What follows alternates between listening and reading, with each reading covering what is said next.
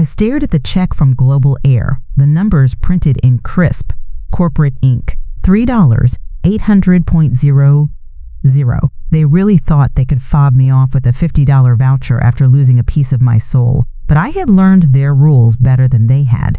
But to understand how I got this check, we have to go back to the beginning, back to the cloying, artificial smile of an airline agent and the sickening lurch in my stomach. My life, before all this, was measured in stitches and silk. I'm a bespoke wedding dress designer.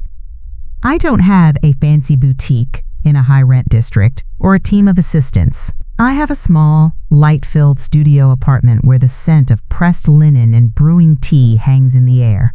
My dining table is permanently covered in swatches of lace, bowls of seed pearls, and spools of ivory thread.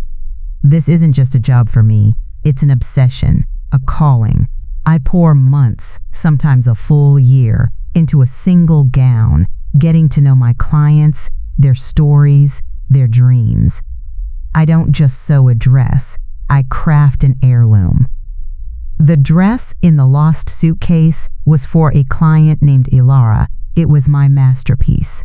For 6 months I had labored over it, my fingers raw from intricate beadwork, my eyes strained from late nights under the glow of my work lamp. The bodice was covered in hand-appliqued lace I'd sourced from a tiny family-owned mill in Belgium. The skirt was a cloud of silk organza, light as air but structured to move like liquid moonlight. Every single pearl on the delicate cap sleeves was stitched on by my own hand. It was more than just fabric and thread. It was Ilara's tearful description of her grandmother's gown, her fiancé as favorite flowers subtly embroidered into the hem, and countless hours of my own life. I was flying it to her for the final fitting, a service I provide for all my clients. The gown was too precious, too voluminous, to risk folding into a carry-on, so I had invested in the sturdiest, most secure hard-shell suitcase I could find, plastering it with fragile stickers. I trusted the airline with my art. That was my first mistake. The baggage carousel at the destination airport groaned to a halt, its metallic surface gleaming and empty under the fluorescent lights. Every other passenger had grabbed their bags and disappeared, leaving me alone in the cavernous hall. A cold dread, sharp and acidic, began to crawl up my throat. My bag, a distinctive rose gold case, was gone. I hurried to the airline's baggage services counter, a sad little kiosk tucked away near an exit. A man in a slightly too tight blue uniform stood behind the desk, a plastic name tag reading Kevin pinned to his chest. He was smiling, a bright, practiced customer service smile that didn't come anywhere near his eyes. "Hi," I began, my voice trembling slightly. "My bag didn't arrive. It's a rose gold hard shell case." "Not a problem," Kevin said, his smile unwavering. He gestured for my baggage claim ticket. "Happens all the time.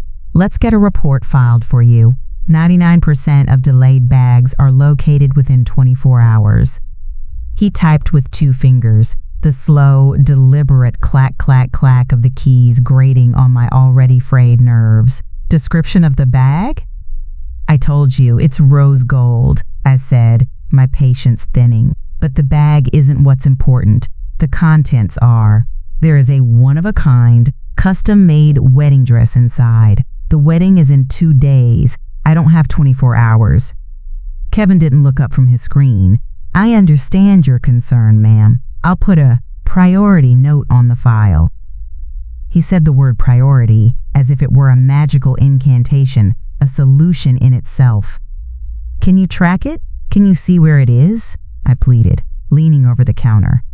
He finally looked at me, his smile tightening a fraction. "The system shows it was scanned at your departure airport. Sometimes there are hiccups in the transfer process. We'll start a trace." My heart sank. A trace. It sounded so passive, so hopeless. "This is my business," I whispered, the full weight of the disaster crashing down on me. "That dress is worth thousands of dollars, not to mention what it means to my client." Kevin's smile was back at full voltage, blinding and utterly devoid of empathy. "I get that. And for the inconvenience, we are happy to offer you a $50 courtesy voucher for toiletries and necessities. You can use it on a future global air flight." He slid a piece of paper across the counter as if he were bestowing a great prize. I stared at it. $50. For a masterpiece that had consumed half a year of my life. For Ilara's dream. The insult was so profound, so dismissive, it momentarily stunned me into silence. $50? I finally managed to say, my voice dangerously low. "Are you kidding me?" "That's our policy for delayed baggage, ma'am," he said cheerfully, already looking past me to the next person in line. "Once you have your reference number, you can check the status online. Have a wonderful day." I pushed the flimsy voucher back across the counter. The paper felt as cheap and insulting as the offer itself. "I don't want your $50, Kevin. I want the irreplaceable piece of art you've lost. I want you to do your job." For the first time, Kevin's smile vanished completely. It was like watching a mask crack. What was left underneath was cold, flat, and annoyed. "Ma'am, I've filed the report and put a priority trace on it. That is my job. The voucher is a courtesy." A courtesy for potentially ruining a woman's wedding day, for losing something that represents 6 months of my life? My voice was rising, drawing the attention of the few remaining people in the hall. I didn't care. Let them stare. Let them see what global air was really like. "I need to speak to your supervisor." "My supervisor is off-site. She'll tell you the exact same thing," he said, his tone dripping with condescension. He picked up the voucher and tried to press it back into my hand. "Just take the voucher." I recoiled as if it were contaminated. "No. Let's talk about the value of the contents. That dress is valued at over $15,000, not including the cost of my flight to deliver it." A flicker of something that looked like amusement crossed his face. He leaned back, tapping his keyboard again with that infuriatingly slow clack-clack. "Okay, let's talk about that." He spun his monitor around to face me, pointing to a wall of tiny, unreadable text. "This is our contract of carriage, which you agreed to when you purchased your ticket. As per federal regulations, for domestic flights, the maximum liability for lost, damaged, or delayed baggage is capped." He scrolled down and zoomed in on a single line. "Right here, $3,800. He said the number with a smug finality, as if he'd just won a complex legal argument. $3,800. My mind reeled. That figure wouldn't even cover the cost of the Belgian lace. It wouldn't cover the hundreds of hours of my labor. It was a calculated, corporate write-off for my soul. The financial reality of it hit me like a physical blow, knocking the air from my lungs. They weren't just taking my dress. They were taking more than $11,000 from me, just like that, with a line of fine print. That's not possible," I stammered. "It's worth so much more. This is my livelihood. You can't just—" "Frankly, ma'am," he cut me off, his voice now devoid of any pretense of customer service. "It was irresponsible of you to check an item of that alleged value without purchasing separate third-party insurance. We are not responsible for your poor business decisions." Alleged value, the word hung in the air, a poisoned dart. He was accusing me of lying. I just stood there for a second, his words ringing in my ears. I mean, if you've ever felt completely powerless against a faceless corporation, you know exactly what I was feeling. And if this is your first time stumbling onto my story, you might want to hit subscribe, because this was the moment I realized I wasn't just fighting to get a bag back. I was fighting a monster. Tears of pure rage and frustration pricked my eyes. Poor business decisions? I trusted you, your airline. You plastered ads all over the airport about how you handle with care. You charged me an oversized baggage fee to transport it. You need to do something more. You need to fix this. You owe me for what you've lost. You owe my client a wedding dress." Kevin leaned forward, his voice dropping to a low, venomous whisper so only I could hear. His eyes were like chips of ice. "We don't owe you anything more than what the law dictates. We're offering you the maximum liability. You're not entitled to some special payout just because you didn't read the rules. You don't deserve it. You don't deserve it." The cruelty of that statement was absolute. It wasn't about policy anymore. It was personal. He wasn't just a cog in a machine. He was a gatekeeper who enjoyed his tiny sliver of power, who enjoyed watching me break. In his eyes, I was just another hysterical woman trying to scam the system, and he was the righteous wall of corporate policy holding me back. I was defeated. The fight drained out of me, replaced by a cold, heavy certainty. The dress was gone, my masterpiece was gone, and in its place was a reference number and the echo of a stranger telling me I deserved nothing. Without another word, I snatched the claim ticket with my reference number from the counter, leaving the $50 voucher behind. I turned my back on Kevin and his dead-eyed stare and walked away. The cavernous hall felt like it was closing in on me. I pulled out my phone, my thumb hovering over Alara's name. My heart hammered against my ribs. Making that call, telling her that her dream was gone, was going to be the hardest thing I had ever had to do. The call to Alara was a landscape of shattered silences. I explained, my voice hollow, and on the other end her quiet, ragged breaths were worse than any scream would have been. I heard her fiancé in the background, his voice a low murmur, and then the line went dead. I sank onto the edge of the stiff hotel bed, the generic floral comforter cold beneath my hands. The reference number on the claim ticket felt like a brand on my soul. Kevin and his sneer were just the first gate. I wasn't done. I couldn't be. Alara's broken whisper of, "It's okay," when it was so clearly not okay, was a fire in my gut. I took a deep breath, forcing the tremor from my hands. I would be professional. I would be reasonable. Hysteria got me nowhere. I found the number for Global Air's corporate customer relations, navigating a labyrinth of automated menus until a live person picked up. "Thank you for calling Global Air. This is Brenda. How can I provide you with excellent service today?" Her voice was smooth and syrupy, practiced to a high gloss. I laid it all out calmly and logically. I gave her the reference number.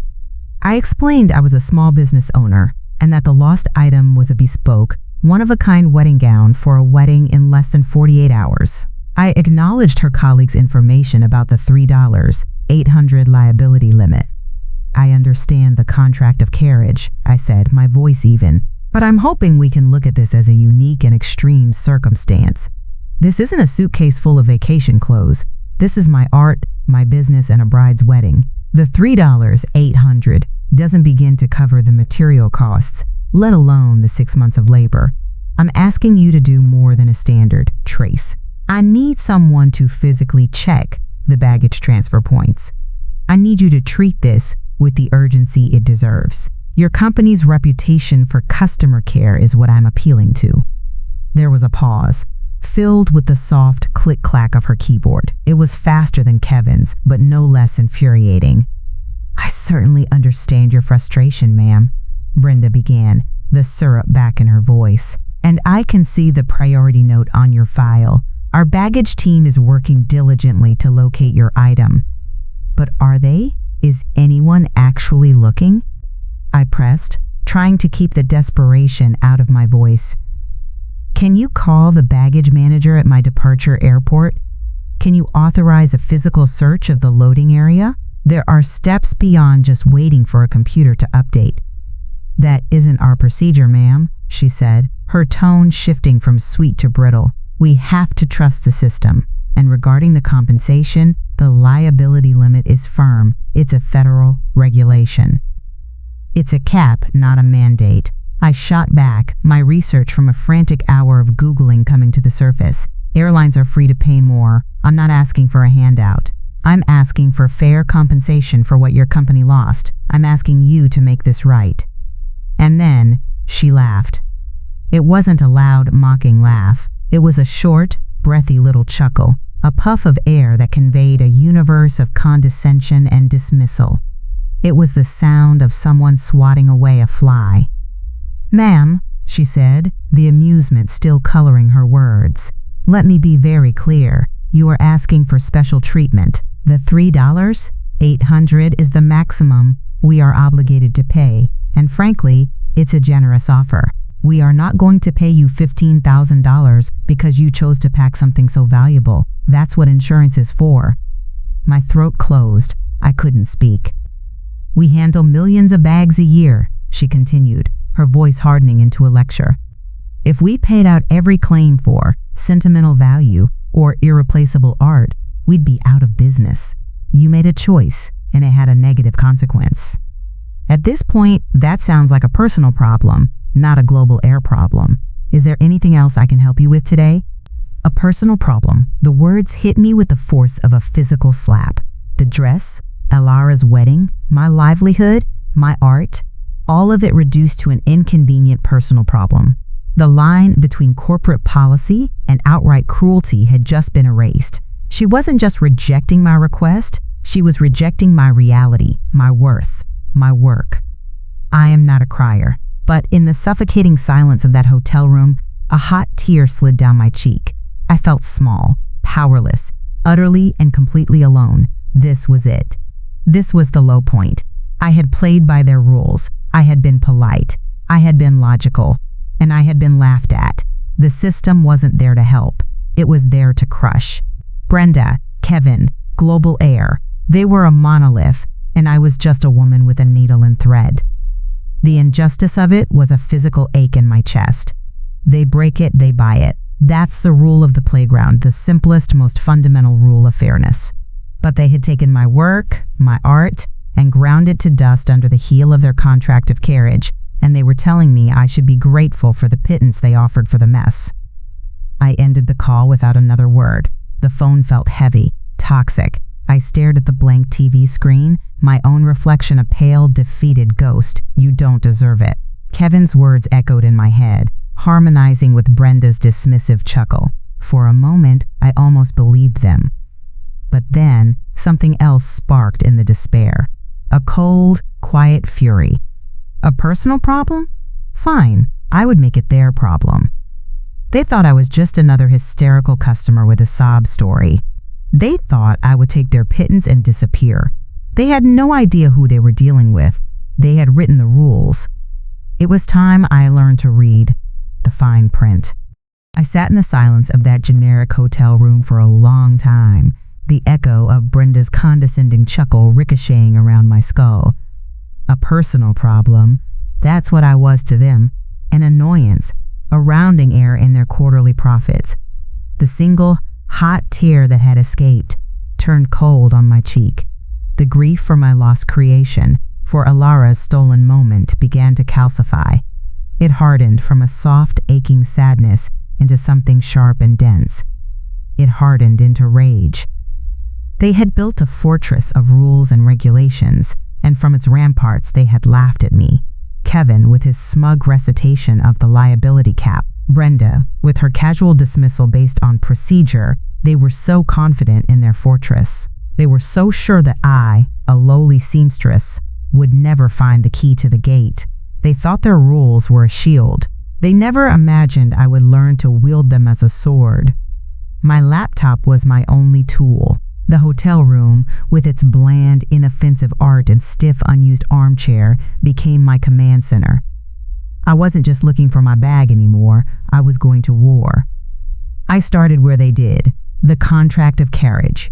I found the PDF on Global Air's website, dozens of pages of dense, single-spaced legalese designed to be impenetrable.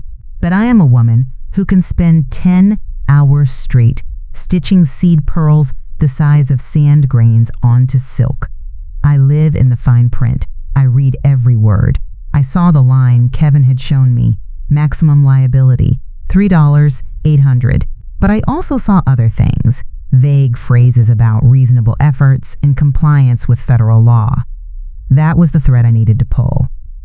My search history became a litany of bureaucratic obsession, DOT passenger rights, 14 CFR Part 254, airline baggage liability regulations. I bypassed the angry blog posts and forum rants, the noise of other defeated passengers. I went straight to the source, the Department of Transportation's own website. I downloaded the official publications, the raw text of the laws they were hiding behind. The hours ticked by. The city outside the window went quiet. It was just me, the glow of the screen, and page after page of the driest, most tedious language ever composed by man. My eyes burned, but I kept going. I was looking for a crack in their fortress. And then, deep in a document titled Enhanced Protections for Airline Passengers, I found it. It wasn't a loophole. It was a sledgehammer. I read the sentence once, then twice, then a third time, my heart starting to pound a slow, heavy rhythm against my ribs. It was under a section detailing an airline's responsibilities for mishandled baggage. Upon a passenger's report of mishandled baggage, the carrier must immediately implement all available measures to locate the baggage. These measures include, but are not limited to, electronic interline baggage tracing, communication with all relevant airport personnel at origin, destination, and connecting points, and the initiation of a physical search of all relevant baggage handling and storage areas. A physical search, Brenda's voice echoed in my head, dripping with condescension. That isn't our procedure, ma'am. We have to trust the system. She hadn't just been unhelpful. She hadn't just been rude. She had lied. She had stated, as a fact, that the very action the law required of her airline was not their procedure.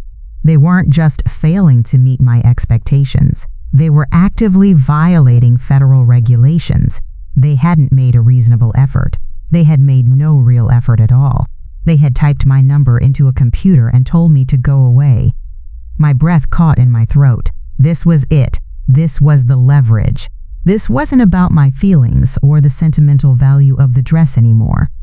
This wasn't me, a hysterical woman, begging for special treatment. This was them, a multi-billion-dollar corporation, breaking the law. I kept reading, my fury fueling me, and found another gem. Airlines were required to provide passengers with a written explanation of their baggage liability limits and rights. Kevin had smugly pointed to a number on a screen. He had slid a $50 voucher at me, but he had never given me a document outlining my rights. He had only told me about my limitations. Another violation. A slow smile spread across my face. It wasn't a happy smile. It was the smile of someone who has just found the perfect needle for a very specific, very satisfying stitch. A personal problem, Brenda had said. Fine.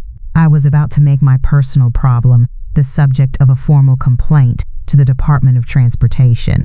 I was going to document their lies, their negligence, their violations. I was going to wrap their own rules around their neck and pull.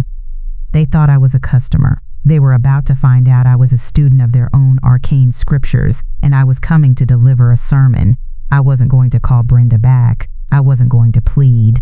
I was going to write a letter, but it wouldn't be addressed to customer relations. It would be addressed to their general counsel, and the DOT would be getting a copy. My rage cooled and set, not into ice, but into diamond. Hard, clear, and sharp. The bland hotel room transformed from a holding cell into a workshop. I traded my thimble for a keyboard, my silk thread for the intricate weave of federal law. My masterpiece was gone, but I was about to create a new one. This one would be made not of lace and pearls, but of dates, times, names, and direct quotes. It would be an invoice for incompetence, an indictment stitched together with the airline's own damning words. First, I needed to document the value of what they'd lost. Alleged value. Kevin had sneered. I would make it undeniable. I pulled up the invoices for the Belgian lace, the bolts of silk organza, the spools of specialty thread, the thousands of Swarovski pearls.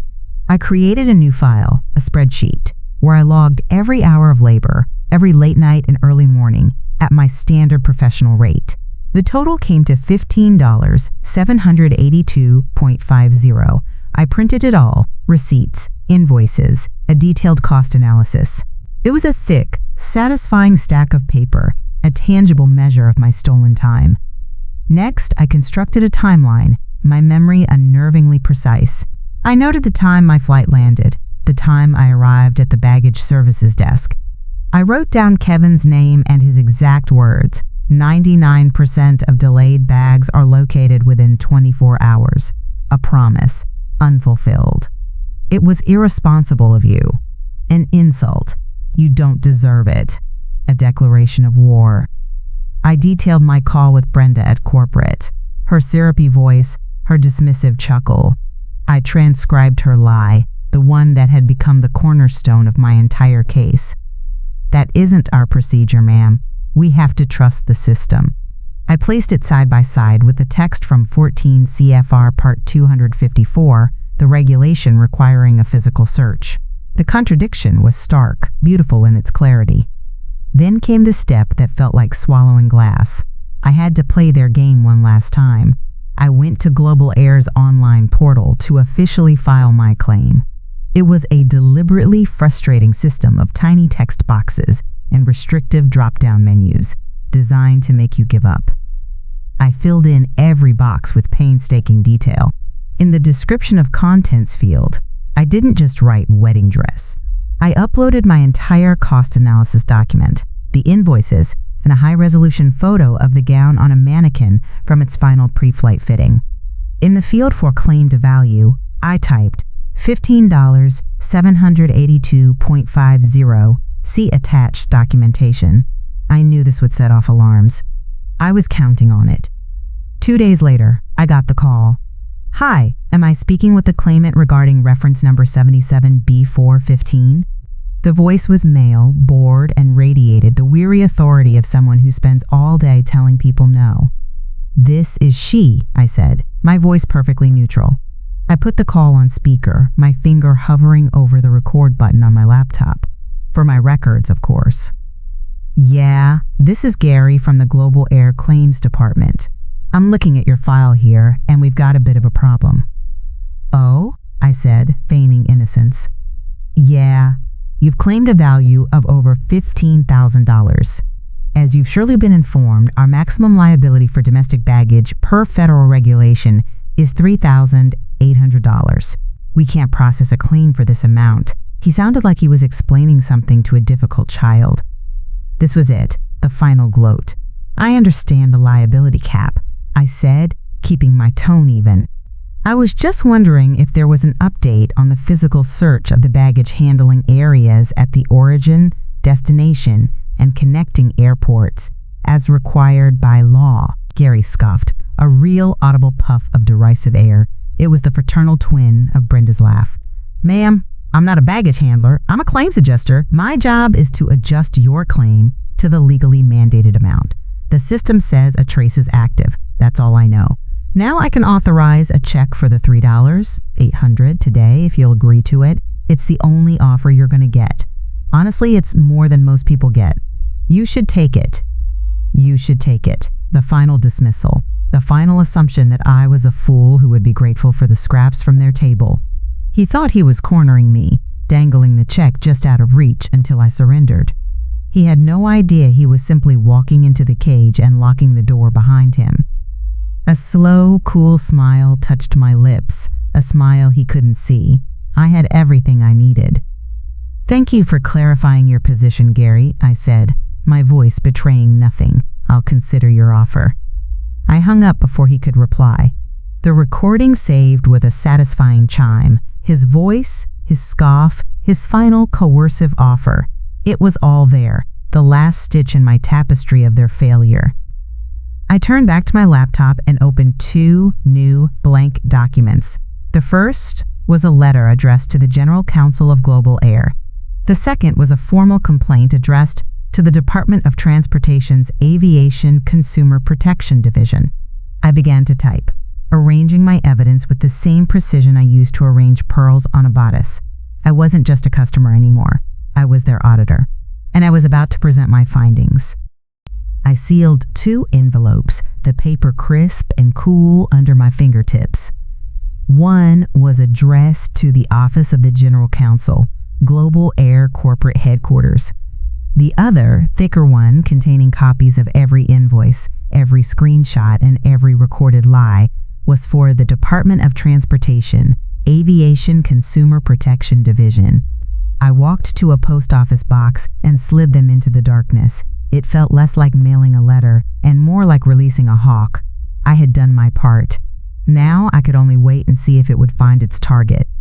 The silence that followed was a unique form of torture. For 7 days, my phone didn't ring. My email inbox remained empty, save for spam and store promotions. In that quiet, doubt began to creep in. I imagined my meticulously crafted indictment being shredded by a junior paralegal, my DOT complaint buried in a digital mountain of thousands of others. The faces of Kevin, Brenda, and Gary swam in my mind, their condescending smiles and scoffing laughter telling me I was a fool to think I could touch them. The fury that had sustained me began to feel like delusion. I had fired my arrow into a fortress, and the fortress hadn't even noticed. On the 8th day, my phone buzzed. The caller ID showed a number from the airline's corporate home state, but it wasn't one I recognized. My heart gave a single, hard thump. I took a breath, smoothed my voice into a mask of calm, and answered. This is she.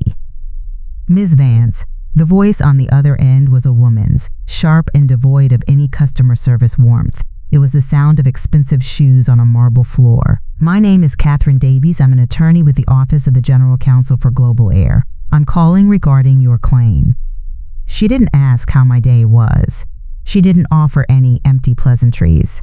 This was different. I'm listening, Miss Davies, I said, my own voice a perfect, cool mirror of hers. We have reviewed the extensive documentation you provided, she began, the word extensive carrying a faint note of annoyance. And while I must reiterate that the federally mandated liability limit is $3,800, the circumstances of your case are unusual. As a gesture of goodwill and to resolve this matter promptly, Global Air is prepared to overnight a check to you for the full liability amount. There it was, the same offer Gary had made, but delivered in a silk glove instead of a sweaty fist. They were testing me, hoping I would be so relieved to hear from a lawyer that I would grab the money and run. They still thought I was just after the cash. I let the silence hang in the air for a few seconds, letting her wonder. I appreciate the gesture of goodwill, Miss Davies, I said slowly, but your offer doesn't seem to address the primary issue. And what issue is that? She asked, her tone sharpening. The formal complaint I filed with the Department of Transportation, I said, my voice dropping slightly, each word deliberate and clear. The one detailing Global Air's violation of 14 CFR Part 254, specifically your company's documented refusal to initiate a physical baggage search upon request. I believe the term my colleague Brenda used was, "That isn't our procedure." A sharp, almost imperceptible intake of breath on the other end. The silence that followed was no longer my enemy. It was my weapon. I could almost hear the frantic calculations whirring in her head. The potential fines, the mandated audits, the public relations nightmare of a federal investigation into their deliberate negligence. My personal problem had just landed on her desk, with government letterhead attached. When she spoke again, the cool professionalism was gone, replaced by a strained, brittle tension. The hawk had landed. The DOT has been in contact with us, she admitted, and the satisfaction I felt was a deep, resonant hum. Ms. Vance, what is it you want? The question was no longer condescending. It was desperate.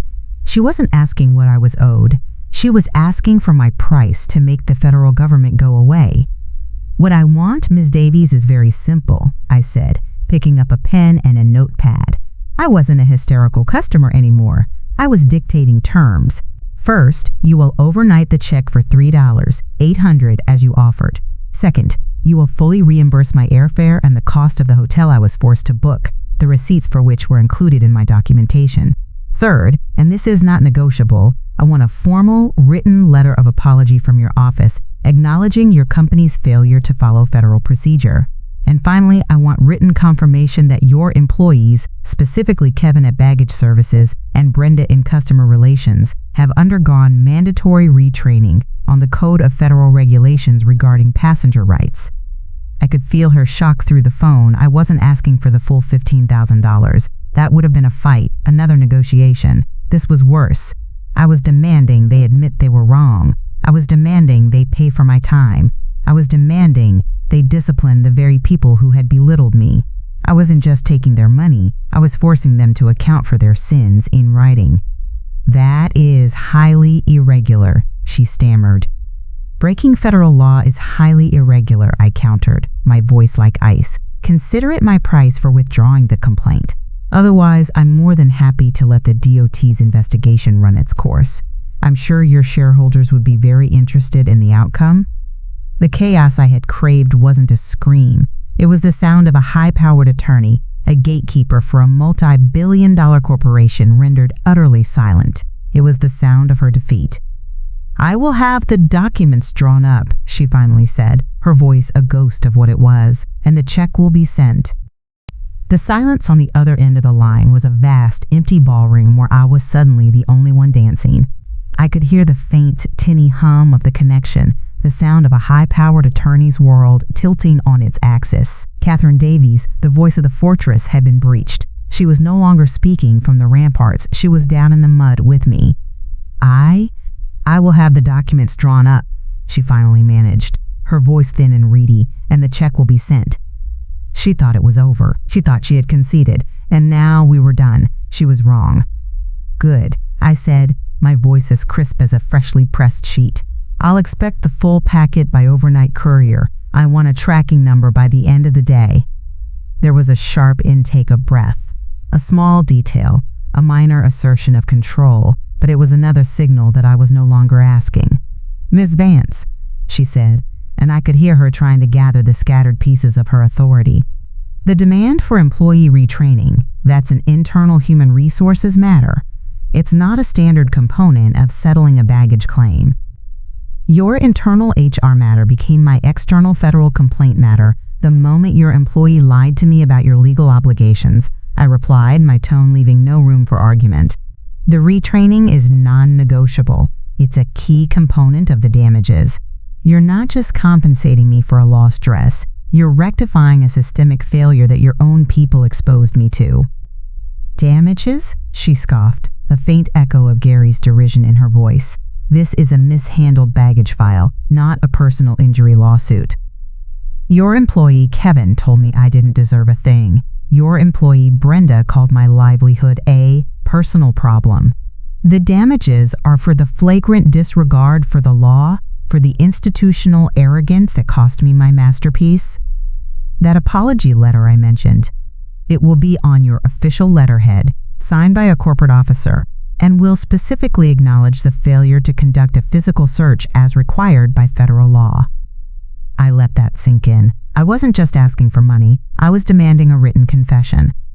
What will it take to make this go away, Ms. Vance?" she asked. The question was a white flag. It was the closest a person like Catherine Davies could get to begging. She wasn't asking to resolve a claim anymore. She was asking me to fix the mess I had created for her. This was the moment. The power had shifted so completely. It was a physical sensation, a warmth spreading through my chest. I was no longer the woman crying in a hotel room. I was the architect of consequences. "You're close," I said, allowing a sliver of ice to enter my voice. "You'll send the check for $3, $800. You'll send a separate check for my airfare and hotel. You'll send the signed letter of apology with the specific wording I require. And you'll send written confirmation that Kevin and Brenda have been scheduled for retraining. Once I have all of that in my hands, I will withdraw my current DOT complaint." She let out a breath, a sound of profound relief. "Thank you, Ms. Vance. We can agree to that. I'll have it all sent out tomorrow." She thought she'd found the bottom line. She was still wrong. "I'm not finished," I said. The relief on the other end of the line curdled. "That agreement only covers the first violation I documented, the one about the physical search. We haven't yet discussed the second violation." The second violation?" she stammered.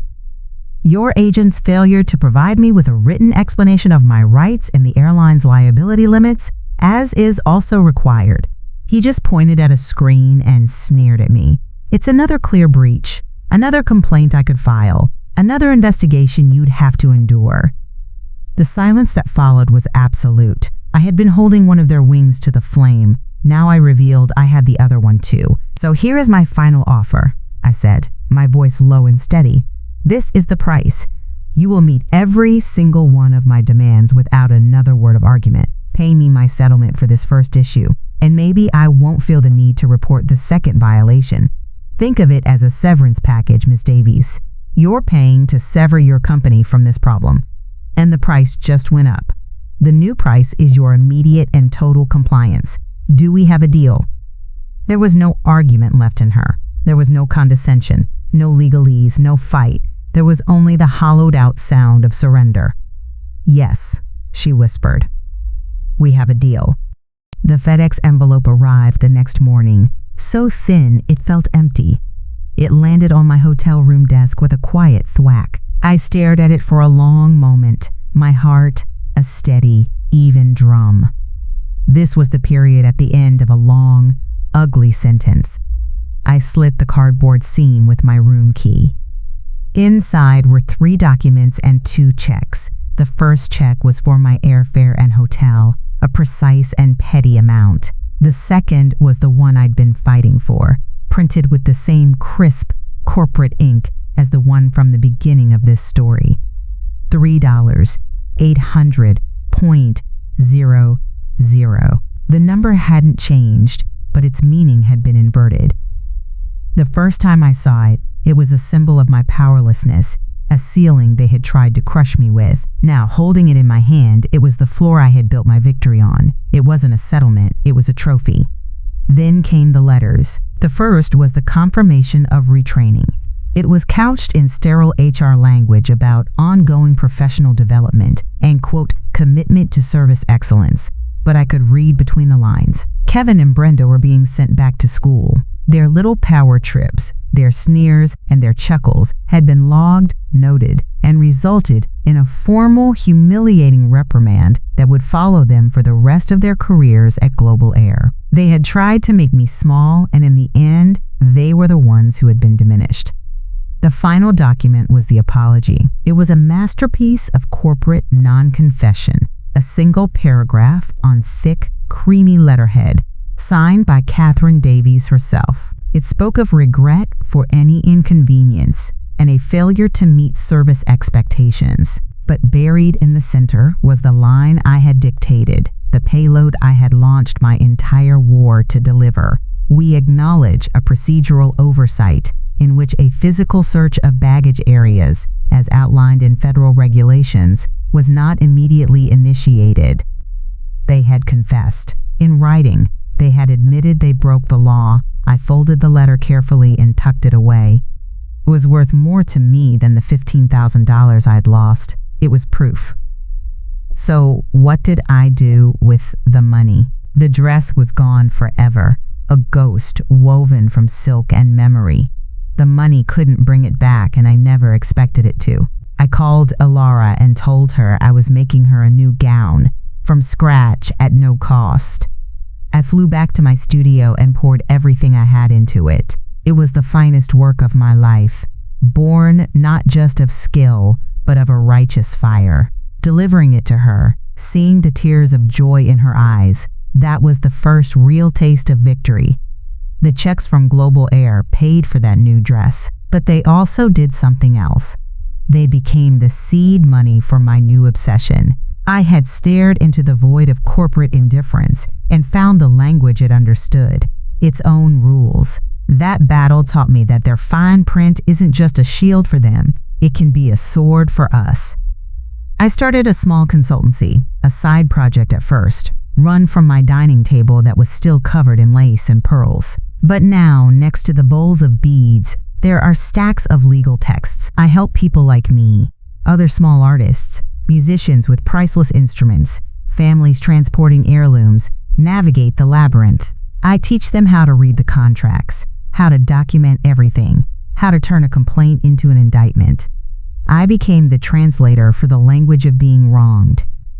That check from Global Air didn't make me rich. It made me dangerous. It turned a seamstress into a warrior. This was just my first battle. The story of how I learned the rules. The story of how I took on the hotel conglomerate that ruined a photographer's equipment, or the shipping giant that lost a sculptor's bronze. Well, those are for another day. If you want to learn how to fight your own giants, you might want to stick around.